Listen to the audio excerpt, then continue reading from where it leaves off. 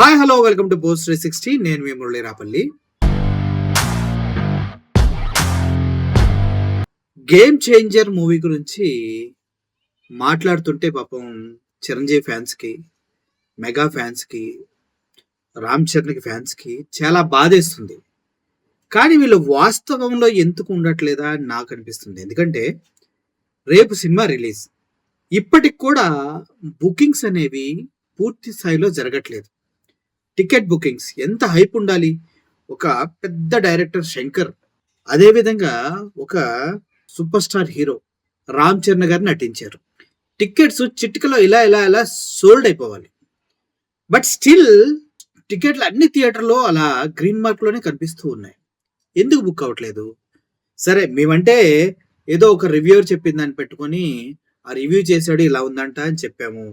ఇప్పుడు ఫ్యాన్స్ వీళ్ళంతా కలిసి కూడా ఎందుకు టికెట్స్ని కొంటలేదు, టికెట్స్ ఎందుకు బుక్ అవ్వట్లేదు, ఫస్ట్ రోజు ఎందుకు ఎందుకు ముందుకు తీసుకెళ్ళలేకపోతున్నారు సినిమాని? ఒకసారి ఆలోచించండి. నేను చెప్తుంది అబద్ధం అని మీరు అనుకుంటే 100% రాంగ్. ఎందుకంటే వెళ్ళండి, బుక్ మై షో ఓపెన్ చేయండి, వెతకండి, చూడండి. ఓవరాల్గా శంకర్ పైన నమ్మకం లేదా, సినిమా పైన నమ్మకం లేదా, రామ్ చరణ్ యాక్టింగ్ పైన నమ్మకం లేదా, అన్నిటికి మించి దిల్ రాజు జడ్జిమెంట్ పైన నమ్మకం లేదా, లేదంటే వచ్చిన ట్రైలర్స్ సాంగ్స్ చూసి సినిమా పైన ఇంట్రెస్ట్ పెరిగిందా తగ్గిందా, ఇవన్నీ ఆలోచిస్తే అన్ని నెగిటివ్ వైపు లాగుతూ ఉన్నాయి. రీజన్ ఏంటనేది నాకు కూడా క్లియర్గా తెలియట్లేదు. Ram Charan multi starrer multi characters చేశాడని వాస్తవం అర్థమవుతుంది. అంత వర్తున్న హీరో, అంత స్టామినా ఉన్న హీరో, మెగా ఫ్యామిలీ అండదండలు ఉన్న హీరో ఇప్పటి వరకు టికెట్లు కొయ్యలేకపోతున్నారంటే ఏంటది? దాని అర్థం ఏంటి? నాకు ఇప్పటికీ అర్థం కావట్లేదు.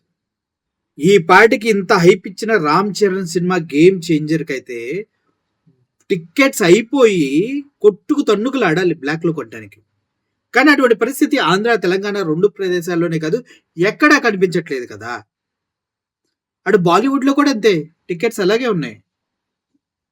సో ప్రజలకి ఎక్కడో ఇంట్రెస్ట్ క్రియేట్ చేసే ప్రయత్నంలో భారీ వైఫల్యం చెందారు వీళ్ళు. అటు మెగా ఫ్యామిలీ కావచ్చు, దిల్ రాజు కావచ్చు, శంకర్ గారు కావచ్చు, ప్రజల్ని మెప్పించడంలో ఎక్కడో విఫలమయ్యారు. ఒకటి మాత్రం నేను చెప్తూ ఉన్నా, సినిమా కొద్దిగా బాగున్నా ఈ లో ఎక్స్పెక్టేషన్స్లో కొద్దిగా బాగున్నా కూడా రికార్డ్స్ కొడుతుంది.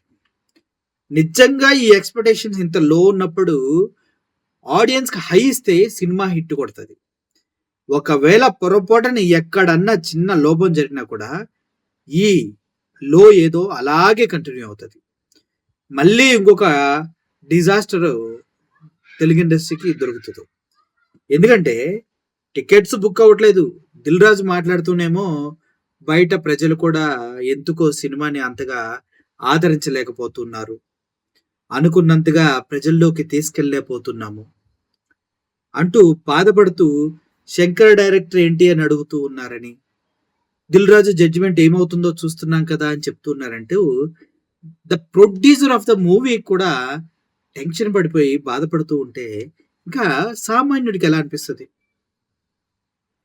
ఒక రామ్ చరణ్ మూవీ అంత గొప్ప మూవీ, ఇంత బ్లాక్ బాస్టర్, ఇన్ని రిఫరెన్స్లు ఉన్నాయి, అంత పెద్ద టీము, ఒక్కో సాంగ్కి 20 నుంచి 30 కోట్లు పెట్టారు. ఇంకా సినిమా అయితే లార్జ్ స్కేల్లో బిగ్ స్క్రీన్ పైన 70mm అదిరిపోయిద్దని అందరూ అనుకుంటూ ఉన్న టైంలో ఎందుకు ఇంత నెగిటివ్ స్ప్రెడ్ అవుతుంది అనేది ఎవరికి అర్థం కావట్లేదు.